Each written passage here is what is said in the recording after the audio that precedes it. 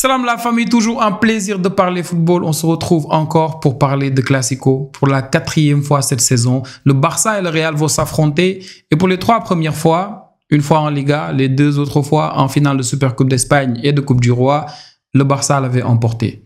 Donc cette fois-ci, le contexte ne change pas, mais quand même, c'est un match décisif. Le contexte, encore il y a 15 jours, quand on s'affrontait en finale de Coupe du Roi, c'était pour le Real de sauver sa saison et pour le Barça de l'embellir cette fois-ci. Après la désillusion contre l'Inter, le Barça veut finir la saison en beauté avec cette Liga.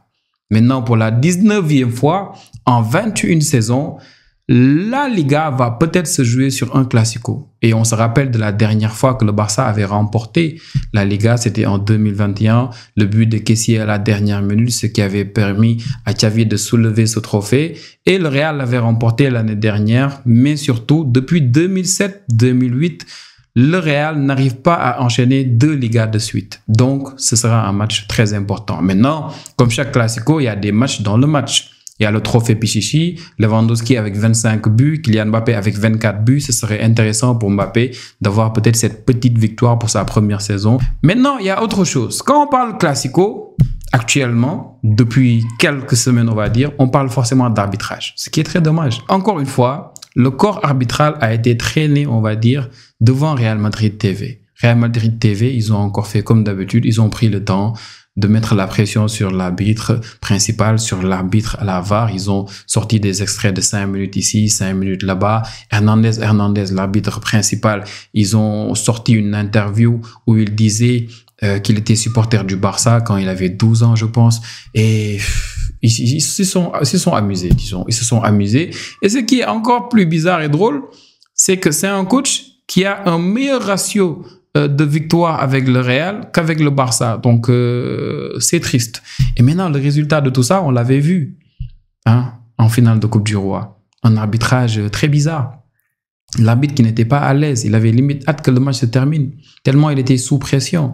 Et là, encore une fois, on a une information qui est sortie de MD qui nous dit que l'arbitre du match a rencontré le président de la Liga, a rencontré aussi le Real Madrid et ils l'ont fait en privé pour essayer de réformer un peu l'arbitrage. Donc, une réunion auquel les 19 autres équipes en Liga n'ont pas participé. Donc, c'est ce qui arrive en Espagne. Donc, on va voir ce que va donner cet arbitrage, mais très sérieusement, ça fait même pas sérieux et c'est pas drôle. Maintenant, bon, encore une fois, ce qui fait bien de faire l'avant-match avant, on va dire la veille du match, c'est que tu as presque toutes les informations. Donc, on a vu les conférences de presse d'Hansi Flick et d'Ancelotti. Ancelotti a lancé peut-être une petite pique au Barça en disant que c'est le dernier Classico de la saison parce que le Barça ne va pas jouer la Coupe du Monde des clubs. Maintenant, bon, ça joue, tranquille. Mais on a surtout Hansi Flick qui a donné des informations très essentielles qui dit que Lewandowski et Baldé ne devraient pas démarrer. Je suis d'accord, même si Baldé et Casado, on a dit qu'ils sont disponibles, je pense qu'il ne serait pas prudent de les mettre titulaires parce que là, c'est très important de finir la saison en beauté. Et après le Real, il y a encore d'autres matchs pour le Barça derrière, notamment l'Espagnol Barcelone ou bien Bilbao, le dernier match à San Mamés. Ce sera pas évident. Du coup, on sait à peu près le Barça, comment il compte s'aligner. Et pour le Real, on a le retour de Rodrigo qui a été confirmé par Ancelotti en conférence de presse. Et Ancelotti qui dit aussi qu'il a vu que Xavi Alonso faisait sa dernière saison au Bayer Leverkusen. Donc, j'imagine qu'il s'attend à partir peut-être après ce Classico-là. Bref. On va faire le 11. Pour le Real, je ne vois pas beaucoup de surprises côté disposition par rapport à ce qu'on voit dernièrement. Même contre le Barça, il y a 15 jours, c'est ce qu'Ancelotti avait fait. Il avait commencé avec un 4-4-2 losange, limite en diamant, qui se rapproche un peu plus du 4, c'est ça.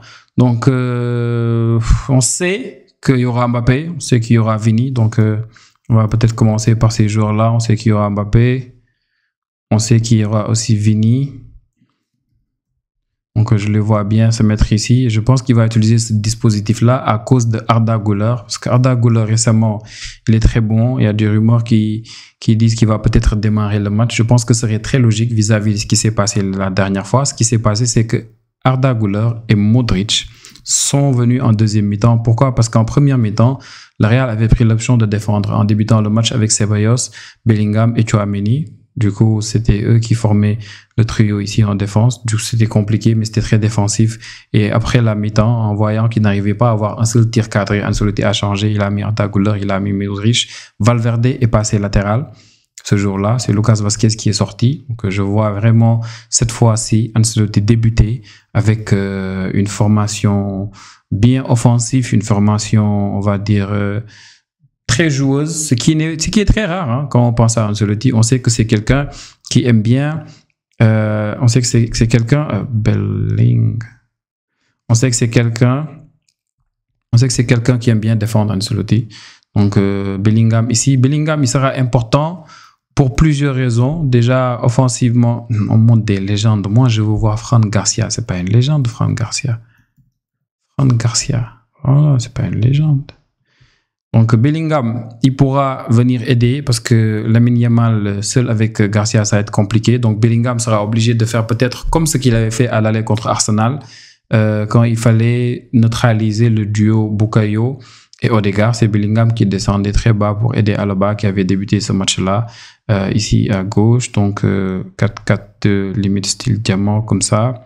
Et derrière, donc, Tchouaméni qui sera à droite, puisque Rudiger n'est pas là. Donc, Asensio sera à gauche, là où Rudiger est d'habitude. Raoul Asensio. Donc, voilà, c'est ça que je vois comme formation avec naturellement le monstre, celui qui créera... En fait, la plus grosse complication pour le Barça, c'est que le Real a un gardien comme Courtois. Même si le Barça, ça lui réussit bien. Hein, les 4-0, Courtois n'était pas dans les cages, c'était Lonin. Mais en Arabie Saoudite, c'était bien Courtois. Et le dernier match là, en Coupe du Roi, en finale, c'était encore Courtois. Mais c'est quand même un excellent gardien qui sort de très, très, très bons ballons. Donc, cette défense-là, quand je dis c'est le meilleur défenseur du Real, c'est parce que vraiment, c'est lui qui empêche à cette équipe de prendre énormément de buts. Donc, Arda Güler sera important dans la mesure où il pourra être milieu droit des fois ailier droit, des fois meneur de jeu et des fois la construction il peut descendre très bas quand Bellingham est un peu plus haut. Donc ce serait très intéressant de le voir dans ce dispositif là. Valverde latéral pour la sécurité. Avec Lucas Vazquez, cette défense là sera très très très très bizarre. Donc je vois vraiment le Real jouer comme ça. Dites-moi vous si vous pensez qu'il y a un joueur qui n'y aura pas, si vous pensez qu'il faut changer de dispositif. Donc vous me direz ce que vous en pensez. Pour le Barça, il n'y aura pas de grands changements. Barça 4-2-3-1. Je pense que c'est peut-être la formation la plus évidente. Il avait dit Hansi Flick avant le match contre Inter que c'est Szczęsny qui allait jouer déjà le match contre Inter, mais aussi le Classico. Donc, il n'y aura pas de surprise. Les postes où il n'y a pas de surprise aussi, c'est Lamine Yamal qui va jouer à droite avec Fran Garcia. C'est Rafinha aussi qui va lui aussi commencer à gauche. Donc, Dani Olmo, je pense qu'il est assez fit. On remarque bien que dernièrement, il ne termine jamais les matchs. Et ça, c'est parce qu'on ne veut pas trop qu'il enchaîne. Donc là, on aura De Jong. Sur ce côté-là, on aura Frenkie De Jong. Pedri sera juste à côté de lui. Naturellement, ça, pas de surprise jusque-là. Eric Garcia, pas le choix. On n'a pas trop le choix vu que Koundé n'est toujours pas de retour. Et à gauche... Gérard Martin, voilà, on sait que il se débrouille. Il fait un match contre Inter où en première mi-temps c'était catastrophique, en deuxième mi-temps il se rattrape et il aurait pu nous donner vraiment la victoire avec cette passe sur notre ami Eric Garcia qui aurait pu définitivement tuer ce match. Donc on aura Koubarsi ici. Pas de surprise aussi, on n'aura certainement pas Araujo, en tout cas je pense pas, à moins qu'il y ait des blessures de dernière minute. Inigo Martinez à côté, c'est vraiment la meilleure paire cette saison du Barça. Inigo Martinez est peut-être le meilleur défenseur cette saison en Liga. On verra en fin de saison. Et un peu plus haut, il y aura Ferran Torres. Il a dit, Hansi Flick, en conférence de presse, que Lewandowski et Balde ne devraient pas démarrer, ce qui serait très logique. Lewandowski était déjà apte contre l'Inter au match retour, mais il avait dit en conférence de presse qu'il ne voulait pas le démarrer. Et c'est beaucoup plus prudent. Il reste encore des finales. Je pense que Balde n'avait pas été forcé aussi contre l'Inter parce que c'était clair qu'il aurait pu jouer ce match-là. Donc, il serait très intéressant de voir Balde en fin de match. Et c'est ça peut-être l'avantage du Barça. Avoir Balde en fin de match et Lewandowski en fin de match, ce sera vraiment incroyable.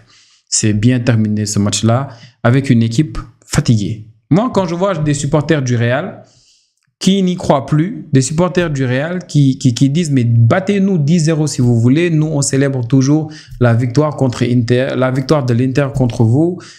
C'est drôle. On aime tous avoir des victoires par procuration quand notre équipe est éliminée. Le Barça l'a toujours fait, le Real l'a toujours fait. Il y aura beaucoup de situations pour la finale. Mais pourquoi ils y croient pas? Je sais pas, moi. Le Real, depuis plus d'une semaine, ils font que se reposer. Depuis le week-end passé, ils se reposent. Ils attendent que le Barça vienne pour jouer leur match. Et tu as une équipe qui est assez fraîche. Tu as aussi une équipe qui vient de sortir de 120 minutes de prolongation, de double confrontation exceptionnelle où tu sais qu'ils sont peut-être au plus bas côté moral vu qu'ils viennent de sortir alors qu'ils pensent, et tout le monde le pense, que c'était la meilleure équipe. Donc tu as une équipe qui peut-être peut faire quelque chose. C'est le dernier Classico d'Ancelotti. C'est le moment ou jamais pour cette équipe du Real là de tout donner. Donc je ne vois pas une victoire évidente du Barça. Je ne le vois pas, même si côté pronostic, je vois bien un but de Lamine Yamal. Lamine Yamal, à tous les classicos cette saison, il est décisif. Premier match, il met un but. Le deuxième classico en Arabie Saoudite, il met un but. Le troisième classico, là, en finale de Coupe du Roi, il met 2 pas décisifs. Donc, je vois bien Lamine Yamal être décisif. Je vois bien Olmo se rattraper par rapport à ses récents matchs, même s'il a mis un but contre Inter. Je pense que pas suffisant. Je vois aussi bien Rafinha faire quelque chose. Donc, on va voir. Je vois un score de 3-1 personnellement. Dites-moi, vous, ce que vous voyez comme pronostic. Donnez-moi un scénario fou, comme genre un triplé de Gérard Martin, un but de Szczęsny à la dernière minute, le tabac comme ça. Genre, dites-moi quoi. Donnez-moi vos pronostics. Mais dites-moi tout en commentaire. Et en débriefant le match, nous allons revenir sur ceux qui ont eu les scénarios les plus fous. Et on va bien rigoler. Donc, c'est tout les amis pour cet avant-match. Dites-moi quel est votre pronostic. On va se retrouver pour la prochaine vidéo. Prenez tous bien soin de vous. Ciao, ciao.